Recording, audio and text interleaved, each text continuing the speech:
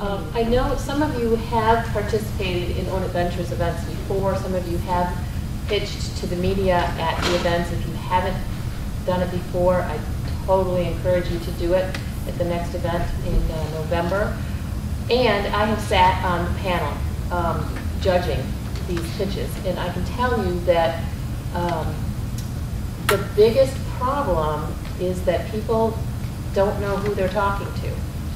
That they're pitching as if they're pitching to an investor, when really it's the media. So in light of that, is there a difference between the different types of media and how you pitch to them? How do you find out more about who your audience is going to be? Anybody? Well, I gave this some thought in terms of when I was thinking about preparing for this particular panel. It all really, everything basically boils down to relationship development, you know, and not assuming that just because it is your product, everybody's going to be as interested in the way that you are. So whether it's a blogger, you know, like I said, whether it's you're trying to pitch to an associate producer at a television station to cover this particular topic, you have to be clear on what it is that your particular product, good, service, or cause, who it affects. I'll go back to who cares. You need to know who cares about this product. And you need to know who that is in the journalistic circle. You need to know who that will be online. You need to know who your audience members are. I did a workshop about 2 or 3 weeks back. I was in New Orleans, and it was a social media boot camp for an organization who also is very interested in diversity and making sure that they diversify their message.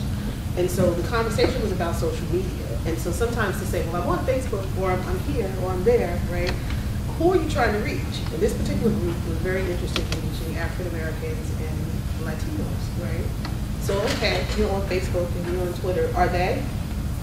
Are they? You know, and if you are putting any effort financially behind these things, make sure that that is where your target audience is. I actually just said to Bridget very quickly that when I saw her items, even from a social media perspective, I told her Pinterest.com is a wonderful place for her to do some self-promotion.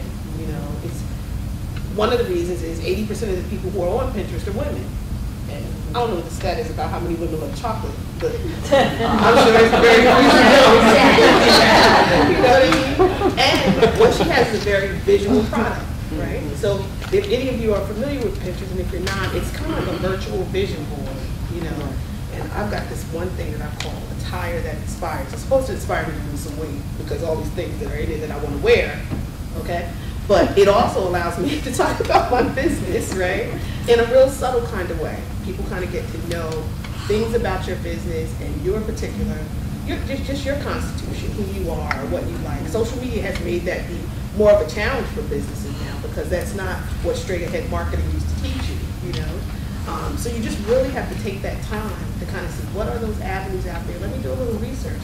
And you know, I'd love to say that I'm like brilliant and there was years of education, and there has been years of education and experience, but there's also that willingness to research and find out, you know, who's where, who wants what, because you don't want to have all these efforts going in the wrong direction. And I think it's really key in this particular set of circumstances to understand what's the discussion. When I'm talking to angel investors, what do they want to know? What's important to them? True, many of the things may be similar, but you're not trying to get media to invest in your product. You want them to give you some space, some media space in some way or the other, you know. Also, you know, don't be afraid of things that have to do with paid advertising to get your messaging out there, you know. Small businesses very often are very nervous about that because they assume I can't afford it. But have you talked to your local cable operator, you know, to find out that there may be co-op packages, we could do some cross-marketing kind of opportunities that make these things a little more affordable for you, very targeted. No, I don't work for a cable station, but I have advised clients on that type of thing. There's so many things out there we can do cross-marketing. Some of it grassroots, you know. It's, you can take charge a lot more of who's getting your messaging. So you're not always dependent on a media pitch to someone. You know, this is something else you can do to kind of augment what it is you're trying to get out there. So. Brian, when you've done pitches, can you share some stories about some experiences that you've had in pitching that, you know, things that have gone well, things maybe that haven't gone so well, what you would do differently? I guess the best aspect is visualization. Anytime that I'm going on an assignment for an article, I try to at least get the verbal essence of the story, but also the visual. If it is an organization of children, well, you just want to have pictures of children, you know, being at the gala or at the event. If it's one of the articles I just about done here, New Jersey Seed, which is an orientation for children who, if qualified, get extra schooling, so that it helps them advance in their high school and college, get better funding, better schools, better colleges. So I try to find the human aspect of that. Kids in a classroom, learning, teaching, smiling, sleeping on a chair or a table. The pitches that I mostly look for lack of a better word, it has to be in the words. I have to have words that would catch your eye, so that once you see it, you'll get interested, and you'll just want to keep on reading. So, well, what's the next paragraph is going to show? It's not easy. I have to admit that. But in fact, the better words, our attention span is very short. We can look at something and just totally forget the next moment. Maybe it's just society, I'm not sure, but I have to go out and make sure that I have your interest, that you want to continue reading, or you want to see the pictures that I've taken and stuff. And just for a little sidetrack from the previous question, I know the majority of women that are here and that who present their products and have those moments that I don't think I could do it. I don't have the confidence, but you actually do. Women have maternal instinct. I'm sure all of you are mothers or nieces and nephews and all that, and the worst thing that could ever occur is something harming your child. You're right there in front, you're going to take the blow. You have that maternal instinct. If you sell your product just as if you protect your child, you do fine. Unfortunately for men, it's a little more dramatic, where you're the baseball player, 2 outs, bottom of the ninth, bases loaded. There's a 3-2 count against you, and you're hitting against the opposing team's field. So pressure is mounting, but you can't get through to that. Okay. I feel when you guys pitch your story, you obviously want to look for something that'll catch interest. And if the product you're selling to change the world, you're going to want to just, advertise it to your heart's content. Okay. When you have that fear of presenting yourself in front of an audience and all that, again, if it's something that you truly believe in, and if you treat it like as if you treat a child, I'm sure you're going to go, your fears will be quickly settled. Okay.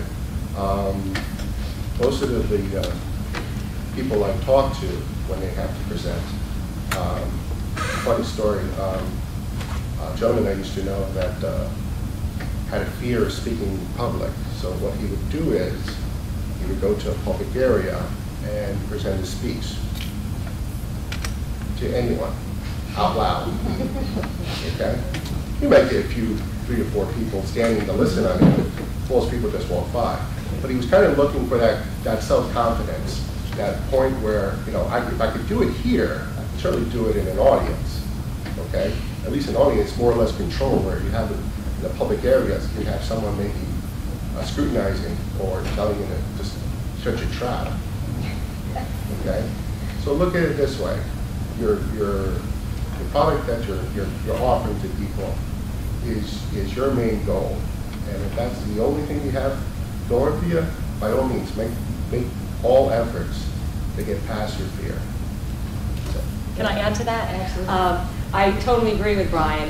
You will get desensitized to being in the spotlight. I can tell you that I couldn't walk up to the lunch line by myself or raise my hand without sweat dripping down my arm when I was in school. I can remember the first time I was on television doing an interview, I said, "That's fantastic," about 27 times in a 2-minute interview, and could feel the sweat just pouring down. So I've been completely overcompensating my entire career for having no voice or confidence, probably the first 18 to 20 years of my life. So I know that the more you put yourself out there and the more you're exposed, the easier it gets. So talk to anybody who listens. One of the biggest things that I do with clients is I put them through mock situations and I videotape it, and they get comfortable seeing themselves on camera. They know what their voice sounds like. They know what their face is doing. They know what their body is doing. And that's your responsibility to be comfortable in your own body and your own space and own it and take ownership of that. And just know that the more that you expose yourself to whatever is your fear, or the more that you go, put yourself through mock pitches with family and friends. Put yourself on, it's easier than ever to put yourself on camera and play it back. And when I work with clients that will say, well, I never watch myself, or I don't want to watch myself, I'm like, that's your responsibility. You have to get comfortable with that and know what you look and sound like and get feedback, and don't take it personally. You know, remove yourself from the situation and say, okay, this is what I like, this is what I don't like, and live up to your standards of how you want to come across and what message you want to send out to the world. But I can promise 100% that the more you do it, you get desensitized, it starts to become, you know, just part of the whole deal. I know that there was a switch in my career at one point where before I would go live on the air, my heart would pound, all of these things would come, and I'd have that out-of-body experience moment and all these other things, and all of a sudden at some point, I wish I could pinpoint it, I realized that I loved that feeling. You know, that feeling right before you jump off the high dive is horrible, but you go back up and you do it again because you're like, no, there's actually something I liked about that. And then I realized that I fed off that, and then I would get bummed when I wasn't getting it, and I put myself in more extreme situations to feel it again. So you will do that. You just have to feel that there's a book, I think, Feel the Fear and Do It Anyway, because it's the only thing. Or I think Emerson said, you know, the death of fear, do the thing you fear, and the death of fear is imminent or definite or something like that. And it's true. And I'm living, walking billboard proof of that. Jen, I wanted to add also, you had asked me before about the differences in pitching, and I realized after I listened to Brian that I didn't quite make some things clear.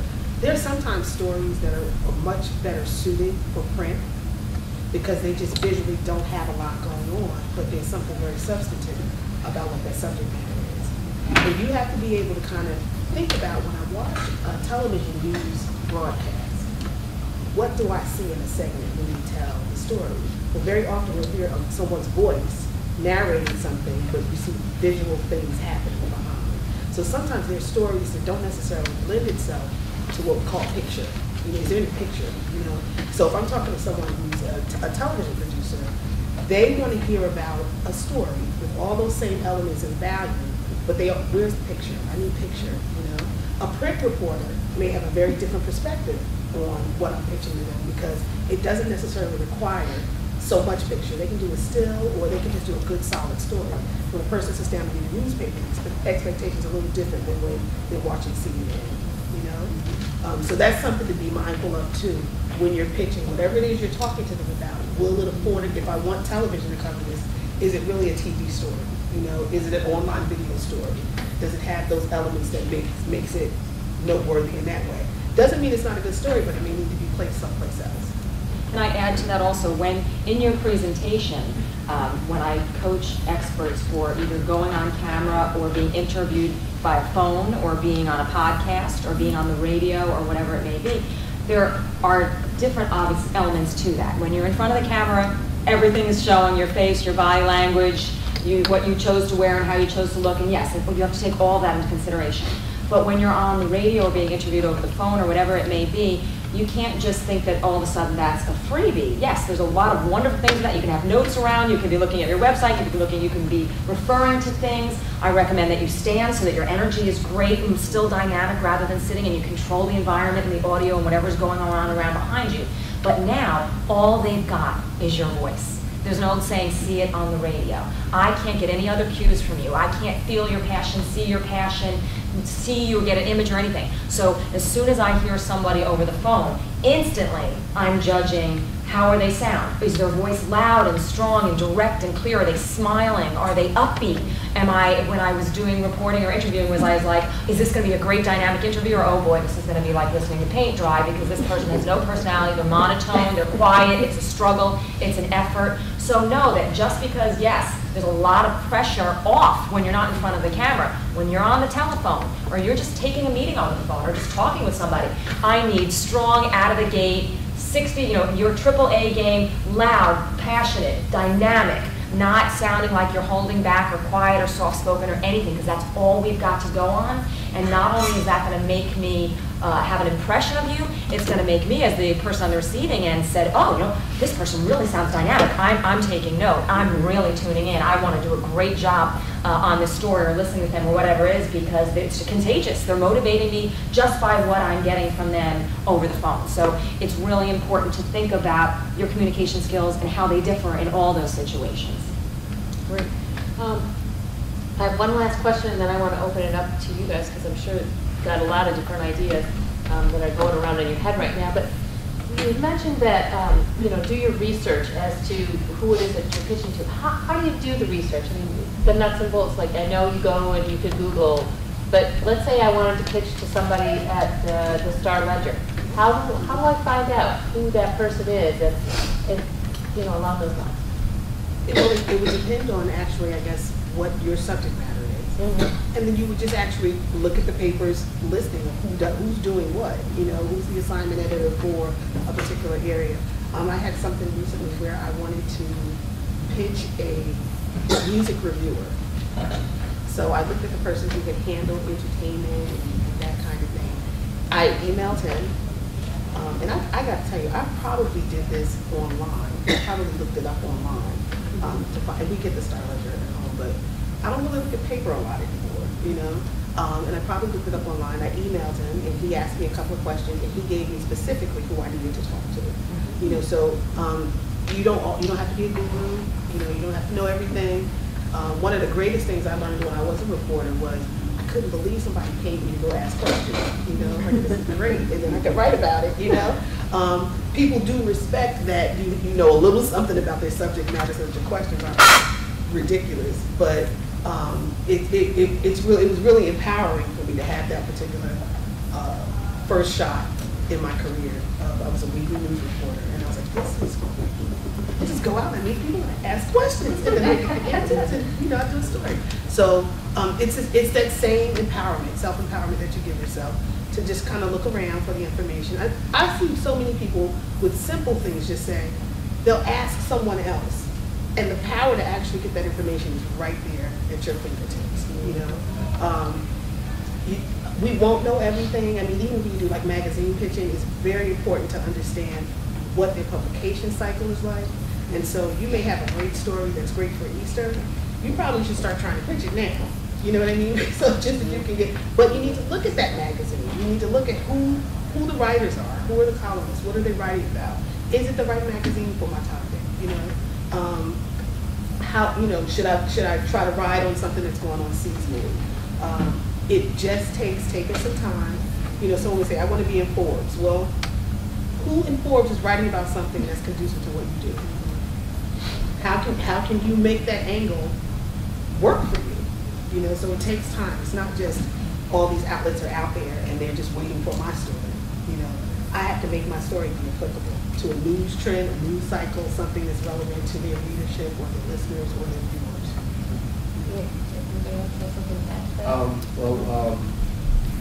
Let's see. We try to get interest from other aspects of the story or news that's currently happening. For example, we're going to get hit with a heavy rainstorm, a northeastern or a Franklin storm. I think that's what they're calling it now. So you want to maybe pitch to stories about how to prepare yourself when a light goes out, worst case scenarios, stories about emergency help in your local area, stuff like that. Another example is, I'm not sure if all of you are comic book fans, but recently DC decided to join together Superman and Wonder Woman in a relationship. I put up that certificate news. You know, I thought they were friends. Where people coming? And they were kissing each other. Okay. Like it so happens that Comic-Con was in New York City. Jacob Jamison last weekend. So I was lucky enough to get an interview with one of the writers. So basically got some history about him, how long he's been in the business, and basically his personal opinions about, you know, joining the two superheroes. You know, why the change? Have you ever got any heat from it? Do you get any positive or negative feedback? Stuff like that. So again, things that would shock or surprise the normal news, we're trying to find an angle, trying to find something that will suit your needs and your capabilities of telling the story out in a different perspective. What I'd like to ask, 2 times that I shamelessly tried to get plugs for my business in the paper, in the Gannett newspaper up where I live, was I was paying attention to the business section and what they were doing and what some of the articles in the living section and things that they were doing, and I saw that the business writer was profiling different companies and things like that. So I didn't know him from Adam, and I just sent him an email, and I said, you know, do you ever have to go to events and speak, and how do you feel about speaking in public or on panels or things like that? And he wrote me back, he's like, yeah, I don't really love it, it's part of it. I said, well, how about if I come in and I give you a free coaching session? What do you think of that? And he was like, oh yeah, I would love that. Well, not only did it turn into that, and he had the photographer there, they did an entire cover story on the business cover page for me, and it worked like a charm because I offered something of value to him first. And then another time I was noticing that every once in a while, I guess it was once a week on a Sunday, they did on the cover of the living section something called Rockstar Residence. Now, how horrible of me to think that I should even be classified as a rockstar resident, right? But I was like, I got nothing to lose. What the heck, you know? So what I did is I completely took their template of how they did the intro to the story. Then it was top 25 things that you didn't know about this resident of such and such county or whatever. I wrote the entire thing myself and filled in, just did it from watching how they did it. They printed every word identical. I wrote my own story, and they printed it and published it. And of course, my husband busted on me. He's like, oh, I guess you're the rock star resident. Calling yourself that. But you know what? It got me attention. It got attention for my business. So don't be afraid to toot your own horn and, you know, do that, because ultimately the way that I wrote it was that I was there to be of help to other people, and how I got to that point and all these unique little nuggets that I felt made me different or whatever it may be. But I think that you have to just be willing to send it out there and pick up a phone and take chances. And one additional thing quickly I just wanted to add before, when I was talking about being your own walking billboard and how you communicate and all those other things. Make sure that your voicemail messages, your outgoing message, sounds upbeat and dynamic and positive. Every touch point that anybody would hear you, see you, or anything. Make sure. I worked with a gentleman, I've mentioned those satellite media tours, that started his own company because he got fired. And I was like, you do this. You can do this yourself. Do this. And I called him one day, and his voicemail was like, hi, original communications, please leave a message. At the sound of the beep, I go, what are you doing? This is people's first impression of you. Are you serious? So next time I called him, he was like, hi, welcome to the communications. It's been a great day, you know. And the same thing, like my niece graduated from college recently, and she sent her resumes out there, and I called her cell phone one day, which was on the top of her resume, and she's like, hey, Jen, message please. And I'm like, that's what people are gonna hear when they call you? So all of a sudden it's like, like she completely changed it. So just understand that all of life is public speaking, and everything that you send out there is going to be an impression of you. So, you know, button up everywhere what the vibe and the attitude and the feeling and that you want to send into the world, and that goes for your emails and what you say, even on messages that you leave and everything. You want to be on your best. Even if you're having a crappy day, whatever message you leave or interaction you have or whatever, you can muster it up for that short amount of time, and then go home and put on your pajamas and eat bonbons and cry if you want. But do it when it counts, when you know that other people are listening and assuming, you know, who you are.